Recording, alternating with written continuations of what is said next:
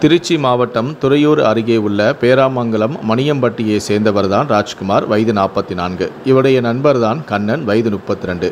இருவருமே கூலி தொழிலாளர்கள். ராஜ்குமார் அதே பகுதியின் திமுக கிளை செயலாளராகவும் இருக்கிறார்.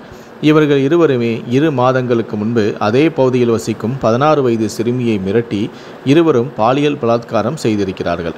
அது மட்டும் கிடையாது, இருவருமே அந்த சிறுமியை கொலை மிரட்டல் விடுத்து இருக்கிறார்கள். இது குறித்து யாரிடமாவது சொன்னால் உன்னுடைய பெற்றோர்களையும் கொலை செய்து விடுவேன் எனவும் மிரட்டியிருக்கிறார்கள். இதனால் அந்த சிறுமி நடந்தது குறித்து யாரிடமும் சொல்லாமலும் இருந்திருக்கிறார். இந்த சம்பவம் நடந்து சில மாதங்களிலேயே சிறுமிக்கு உடல்நலம் பாதிக்கப்பட்டு இருக்கிறது. சிறுமியின் உடல்நலம் பாதிக்கப்பட்டிருந்ததால் டாக்டரிடம் சென்று பரிசோதனை செய்திருக்கிறார்கள். அப்போது அவருடைய பெற்றோருக்கு அதிர்ச்சி காத்திருந்தது. காரணம், அந்த சிறுமி தற்போது 2 மாதம் கர்ப்பமாக இருப்பதாக தெரிவித்திருக்கிறார்கள். அவரிடம் பெற்றோர்கள் விசாரித்ததில் ராஜ்குமாரும் கண்ணனும் தன்னை பலாத்காரம் செய்ததாகவும், இது குறித்து யாரிடமும் சொன்னால் கொலை செய்து விடுவதாகவும் மிரட்டியதாகவும் அந்த பெண் கூறியிருக்கிறார். இதையடுத்து பெற்றோர்கள் அளித்த புகாரின்படி ஜியாபுரம் அனைத்து மகளிர் போலீசார் போக்சோ சட்டத்தின் கீழ் நேற்று முன்தினம் காலை ராஜ்குமாரையும் அவருடைய நண்பரான கண்ணனையும் கைது செய்து தற்போது விசாரித்து வருகிறார்கள்.